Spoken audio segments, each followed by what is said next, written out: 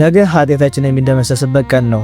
ጌታችን መድኃኒታችን ኢየሱስ ክርስቶስ ተገልጦ መታሰቢያን በምድር ለሚያደርግ ሁሉ እኔ ኃጢአቱን ሁሉ ደመስሳለሁ፣ በመከራ ውስጥ ሆኖ በባህርም ሆነ በየብስ ወይም በደዌ በስሜ የሚለምነኝን እኔ ፈጥኜ ከመከራው ሁሉ አድነዋለሁ የሚል ቃል ኪዳን የሰጠው ታላቁ ሰማዕት ሊቀ ሰማዕታት ኮከበ ልዳ ፀሐይ ዘልዳ ቅዱስ ጊዮርጊስ ሚያዝያ 23 ቀን ዓመታዊ መታሰቢያ በዓሉ ነው። አንገቱን ተሰይፎ ሰማዕትነትን የተቀበለበት ታላቅ በዓል ነው። በስመ አብ ወወልድ ወመንፈስ ቅዱስ አሐዱ አምላክ። ውድ የዩቲዩብ ተከታታይ ቤተሰቦቼ በያላችሁበት ሰዓት አቆጣጠር እንደምን አላችሁ? እግዚአብሔር ይመስገን እኔ ደህና ነኝ። እንኳን ለዚህ ታላቅ ሰማዕት ዓመታዊ መታሰቢያ በዓል በሰላም አደረሳችሁ። ሁላችሁም በኮሜንት ቅዱስ ጊዮርጊስ እያላችሁ ጻፉልኝ። ለሌሎች እንዲዳረስ የሚችሉትን አድርጉ። ለቤቱ አዲስ የሆናችሁ ሰብስክራይብ በማድረግ ይህንን ቪዲዮ ጀምሩት። ሊቀ ሰማዕታት ቅዱስ ጊዮርጊስ ሀገሩ ፍልስጤም ልዩ ስሟ ልዳ ሲሆን የተወለደው በ277 ዓ.ም ጥር 20 ቀን ነው። ጊዮርጊስ ማለት ኮከብ፣ ብሩህ፣ ሐረገ ወይን፣ ፀሐይ ማለት ነው። አባቱ ዞሮንቶስ ወይም አንስጣሲዮስ የልዳ መኳንንት ሆኖ ተሾሞ ይኖር ነበረ። እናቱ ቴዎቢስታ ወይም አቅሌሲያ ከቅዱስ ጊዮርጊስ ሌላ ማርታና እስያ የሚባሉ ሁለት ሴት ልጆችን ወልዳለች። ቅዱስ ጊዮርጊስ 10 ዓመት በሆነው ጊዜ አባቱ ስለሞተ ሌላ ደግ ክርስቲያናዊ መስፍን ወስዶ አሳደገው። መስፍኑም ቅዱስ ጊዮርጊስን በጦር ኃይል አሰለጠነው። 20 ዓመትን በሞላው ጊዜ መስፍኑ የ15 ዓመት ቆንጆ ልጅ ነበረችውና እርሷን አግብቶ ሀብቴን ወርሶ ይኑር ብሎ ድግስ ሲደግስ ጌታችን ቅዱስ ጊዮርጊስን ለዚህ አላጨውም ነበርና የመስፍኑን ነፍስ ወሰደ። ቅዱስ ጊዮርጊስም ሐዘኑን ጨርሶ ወደ ቤሮት ሀገር ሄደ። በቤሮት ድራጎንን ያመልኩና ሴት ልጆቻቸውን ይገብሩለት ስለነበረ ሰማዕቱ ድራጎኑን በኃይለ መስቀል ድል ነስቶ ሕዝቡን ወደ አምልኮተ እግዚአብሔር አስገብቷቸዋል። ቅዱስ ጊዮርጊስም ይህንን ተልእኮን ፈጽሞ ወደ ፋርስ ሀገር ቢመለስ ዱዲያኖስ 70 ነገስታትን ሰብስቦ 70 ጣዖታትን አቆሞ ሲሰግድ ሲያሰግድ ቢያገኘው ለሃይማኖቱ ቀናኢ ነውና ከቤተ መንግስቱ ገብቶ በካዲው 70 ነገስታት ፊት ክርስቲያን መሆኑን በመመስከር የጌታችን የመድኃኒታችን የኢየሱስ ክርስቶስን አምላክነት መሰከረ። ዱዲያኖስም ማንነቱን ከተረዳ በኋላ አንተማ የኛ ነህ፣ 10 አይጉር ላይ ሾማለሁ፣ የኔን አምላክ አጵሎንን አምልክ አለው። ቅዱስ ጊዮርጊስም ሹመት ሽልማት ላንተ ይሁን፣ እኔ አምላኬ ኢየሱስ ክርስቶስን አልክደውም አለው። በዚህንም ጊዜ ዱዲያኖስ እጅግ ተናዶ ብዙ አሰቃቂ መከራዎችን አደረሰበት። ቅዱስ ጊዮርጊስ ግን ጌታችንን ይህን ከሃዲ እስካሳፍረው ድረስ ነፍሴን አትውሰዳት በማለት መከራውን ይታገዝ ዘንድ ለመነው። እግዚአብሔርም ጸሎቱን ሰምቶ ፈቃዱን ፈጽሞለት በመከራው ሙሉ ጽናትን ሰጥቶታል። 3 ጊዜ ከሞት አስነስቶታል። ቅዱስ ጊዮርጊስም የደረሰበት እጅግ አሰቃቂ መከራዎች የሰው ሕሊና ሊያስባቸው እንኳን የማይቻላቸው ናቸው። በመጀመሪያ ዱዲያኖስ በእንጨት ላይ ካሰቀሉ በኋላ ስጋውን በመቃን አስፈተተው። ረጃጅም ጭንካሮች ያሉበት የብረት ጫማ ጫምቶ ሂድ አለው።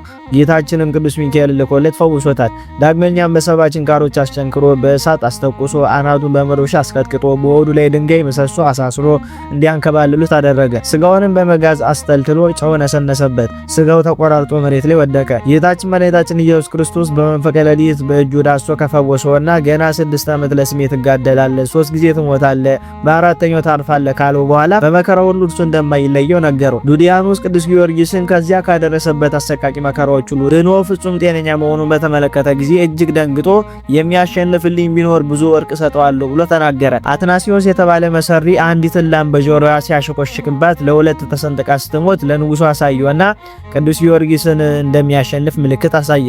ንጉሱም ያሸንፍልኛል ብሎ ደስ አለው። መሰሪም ሆድ በጥብጦ አንጀት ቆራርጦ የሚገድል መርዝ ቀምሞ አስማተ ሰይጣን ደግሞበት እንዲጠጣው ለቅዱስ ጊዮርጊስ ሰጠው። ቅዱስ ጊዮርጊስ ግን ስመ እግዚአብሔርን ጠርቶ ቢጠጣው እንደ ጨረቃ ደምቆ እንደ አበባ ሸብርቆ ተገኝቷል። በዚያም ጊዜ ጠንቋዩ ማሬም ብሎ ከእግሩ ስር ወደቀ።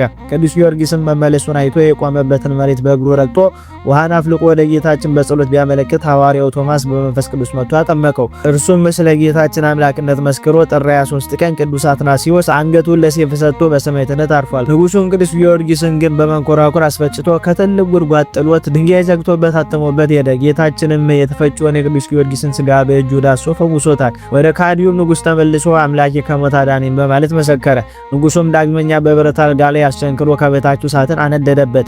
ነገር ግን እሳቱ ደሙ ሲንጠበጠብበት ጠፍቷል። ጌታችንም ከዛ ፈወሰው። ከዚህም በኋላ ዱዲያኖስ ቅዱስ ጊዮርጊስን ኢየሱስ አምላክ መሆኑን አሳየኝ ቢለው የለመለሙትን አድርቆ የደረቁትን ደግሞ አለምልሞ ከሞቱ 430 ዓመት የሆናቸውን ሙታን አስነስቶ አሳይቶታል። ነገር ግን ንጉሱ ልቡ ክፉ ነውና በራብና በጽን ይሙት ብሎ ምንም ከሌለበት መበለት ቤት አሳስሮታል። ያቺ መበለት የሚላስ የሚቀመስ የሌላት ሴት ነበረች። እርሷም የሚቀመስ ስትፈልግ ቅዱስ ጊዮርጊስ ቤቷን በእድ አትረፍርፎ የታሰረበትን ግንድ ማለትም የቤቱን ምሰሶ አለምልሞታል።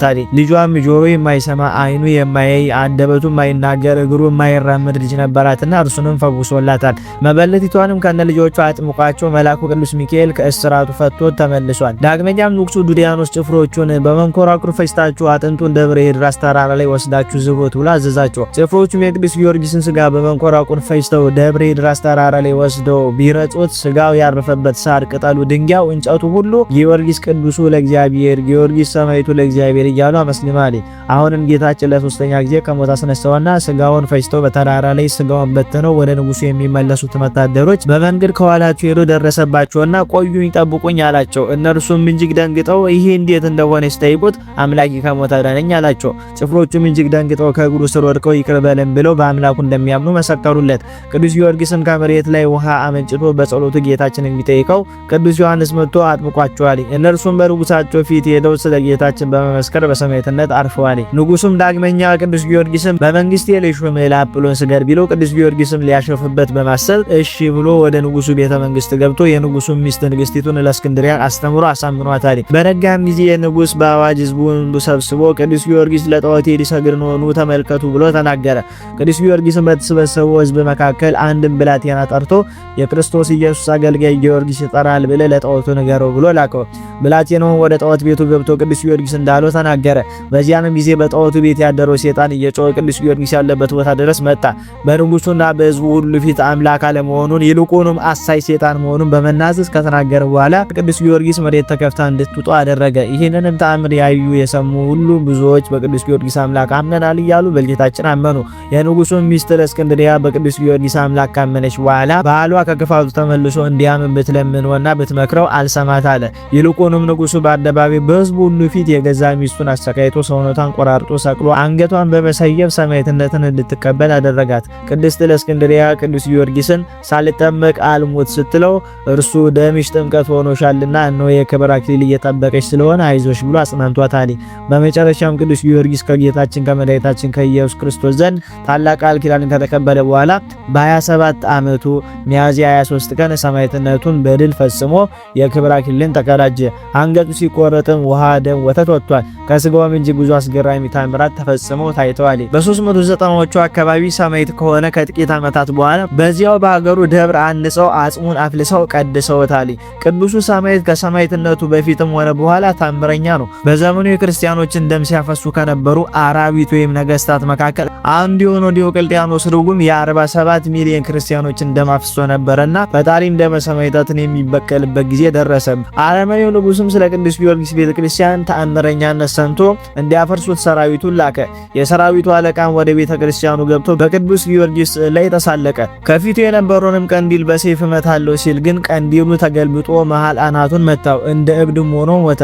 ሰራዊቱም ሰምቶ ወደ ንጉሱ ሸሸ። ይህንን ሰምቶ የተበሳጨው ዲዮቅልጥያኖስ ግን ራሱ ሊያፈርሰው ሄደ።